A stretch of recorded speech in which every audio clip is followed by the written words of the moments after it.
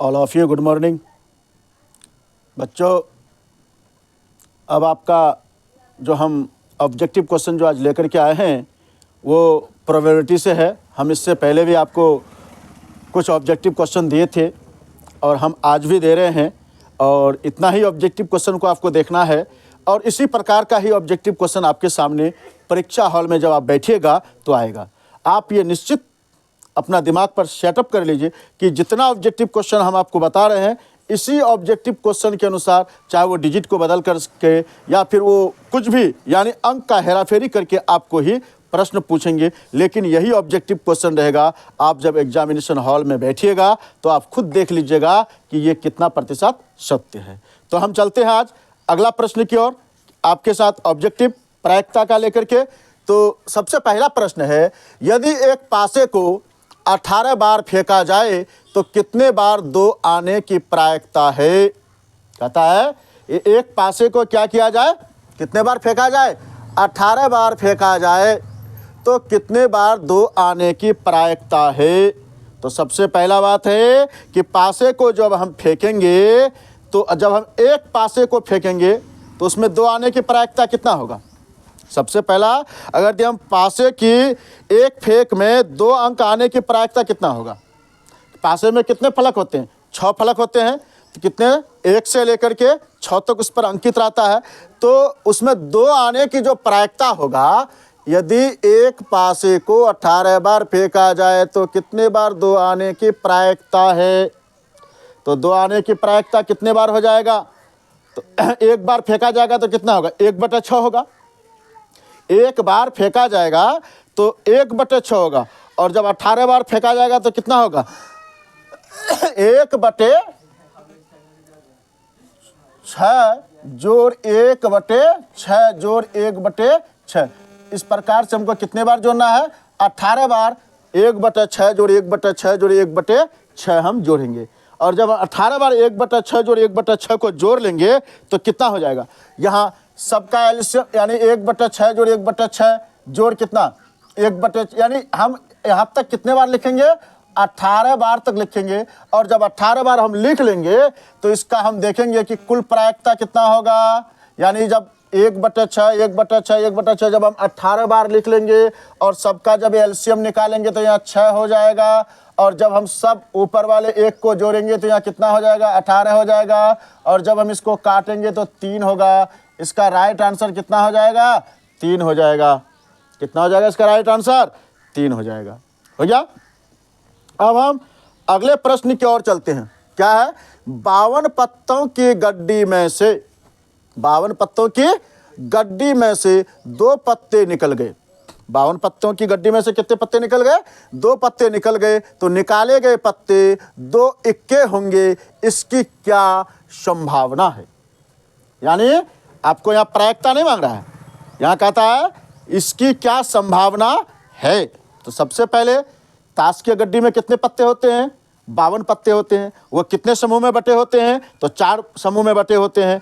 तो सबसे पहला कितने पत्ते हैं, 52 पत्ते हैं। तो हम 52 पत्ते को जो देखेंगे तो सबसे पहले हम क्या लिखेंगे कि 52 पत्ते को जो हम निकालेंगे तो इसके लिए सबसे आसान है, क्या आसान है, सबसे पहले कि हम लिख देंगे यहाँ कि कार्ड में कुल कितने पत्ते हैं, 52 पत्ते हैं। कार्ड में कुल कितने पत्ते हैं, 52 पत्ते हैं। कितने पत्ते निकाले गए, 2 पत्ते निकाले गए। तो इसका मतलब हुआ कि 52C2, क्या लिखे हम, 52C2। तो बराबर क्या होगा, 52 गुणे 51 बटे क्या हो जाएगा, 2 गुणे 1। तो इसको जब तोड़ेंगे तो यहाँ कितना होगा, 26। तो अब 26 गुना 51 करेंगे तो कितना हो जाएगा, बराबर कितना होगा, 26 को जब 51 से गुना करेंगे तो 1326 होगा। कितना हो जाएगा, 1326 हो जाएगा। अब उसके बाद फिर क्या मांग रहा है, 52 पत्तों की गड्डी में से 2 पत्ते निकल गए, तो निकाले गए पत्ते 2 इक्के होंगे, इसकी क्या प्रायिकता है। तो ताश की गड्डी में कितने समूह होते हैं, 4 समूह होते हैं। तो 4 में से 2 पत्ता निकालना है ना। तो अब यहाँ लिखेंगे 4 में से 2 पत्ता निकालना है। तो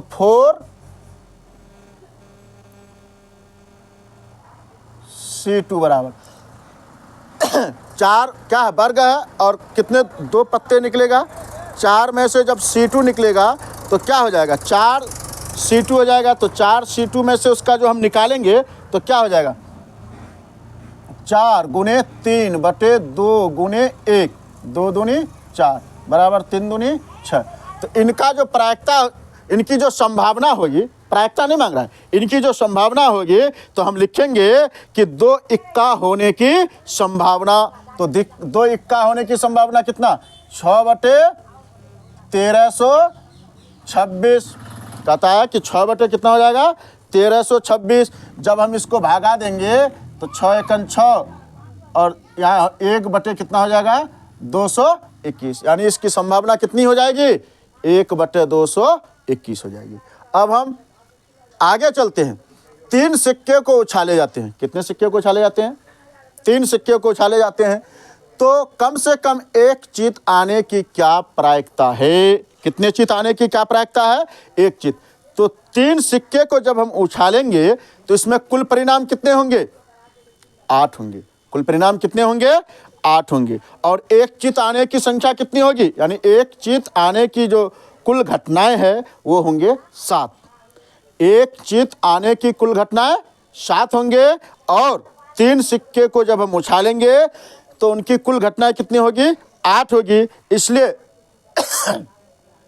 इनके जो प्रायिकता होंगे तो क्या हो जाएगा, यानी कुल घटना कितना, 8 और 1 चित आने की कितना हो जाएगा, 7। इसलिए इसका राइट आंसर कितना हो जाएगा, 7 बटे 8 हो जाएगा। ठीक है, राइट आंसर 7 बटे 8 हो गया। अब अगला प्रश्न है, एक सिक्के की उछाल में, किसमें, एक सिक्के की उछाल में टेल आने की प्रायिकता क्या है। कहता है कि एक सिक्के को उछालेंगे तो उसमें टेल आने की प्रायिकता क्या है। एक सिक्के हैं, उनकी उछाल में टेल आने की प्रायिकता क्या है। तो जब हम सिक्के को उछालेंगे चाहे तो हेड आएगा या नहीं तो टेल आएगा। तो इसका मतलब उसके कुल परिणाम कितने हो गए, 2 हो गए। कुल परिणाम कितने हो गए, 2 हो गए। तो मांग क्या रहा है, टेल आने की प्रायिकता। तो टेल आएगा तो एक ही बार ना आएगा, टेल आने से एक ही बार आएगा। तो सीधे लिखेंगे, यानी एक सिक्के की उछाल में टेल आने की प्रायिकता। तो प्रायिकता बराबर लिखेंगे हम, कुल परिणाम कितने हैं, 2 हो जाएंगे। टेल कितने बार आएंगे, 1। इसका मतलब 1 बटे 2 इसका राइट आंसर हो जाएगा। कितना हो जाएगा इसका राइट आंसर, 1 बटे 2 हो जाएगा। अब हम आगे की ओर चलते हैं। पीई जोड़ पीई डैश बराबर क्या है, यहाँ खाली जगह है। तो इसका मतलब है आपको पीई यानी घटना होने की प्रायिकता और घटना नहीं होने की प्रायिकता दोनों का योग कितना होता है, 1 होता है। घटना होने की प्रायिकता और घटना नहीं होने की प्रायिकता दोनों का योग कितना होता है, 1 होता है। तो इसलिए यहाँ पर क्या हो जाएगा, घटना होने की प्रायिकता और घटना नहीं होने की प्रायिकता बराबर कितना हो जाएगा, इसका राइट आंसर कितना हो जाएगा, 1 होगा। क्योंकि प्रायिकता का मान क्या होता है, 0 से बड़ा होता है और 1 से छोटा होता है। अब हम आगे चलते हैं। संख्याओं 1, 2, 3 से कितना तक है, 16 तक में से एक अभाज्य संख्या के चुनने की प्रायिकता क्या है। अभाज्य संख्या यानी संख्या कितना, 1 है, 2 है, 3 है और कितना तक है, 16 तक है। उनमें से अभाज्य संख्या चुनने की प्रायिकता क्या है। तो सबसे पहले हम आपको बताते हैं कि लिखिए आप अभाज्य संख्या। अभाज्य संख्या कौन कौन हो जाएगा, अभाज्य संख्या 2 होगा, 2 होगा, 3 होगा, 5 होगा, 7 होगा, 9 होगा। उसके बाद क्या होगा, 9 होगा, 9 नहीं होगा। क्यों नहीं होगा, कि वो 3 से कट रहा है, क्योंकि स्वयं से कटना चाहिए। तो 2, 3, 5, 7, उसके बाद 11 और 13 होगा। कितना होगा, 11 होगा और 13 होगा। 2, 3, 5, 7, 11, 13। तो देखिए, तो अभाज्य संख्याओं की कुल संख्या कितनी है, अभाज्य संख्याओं की कुल संख्या कितनी है, 6 है। इसका मतलब हमारे परिणाम कितने आते हैं, 6 आते हैं। तो हम लिखेंगे, पहले सबसे पहले लिखेंगे कि कुल परिणाम कितने हैं जी, 16 हैं। कुल परिणाम कितने हैं, 16 हैं। उसके बाद अभाज्य संख्या कितने आते हैं, परिणामों की संख्या कितने हैं, यानी नंबर ऑफ ई बराबर कितने हैं, 6। नंबर ऑफ ई बराबर कितने हैं, 6। तो अब इसकी प्रायिकता निकालना है हमको, तो पी बराबर क्या हो जाएगा, यानी नंबर ऑफ ई बटे नंबर ऑफ एस, घटित परिणामों की संख्या बटे कुल परिणामों की संख्या। तो कितना है, कुल परिणाम कितने 16 और घटित परिणामों की संख्या कितने हैं 6, तो हो गया।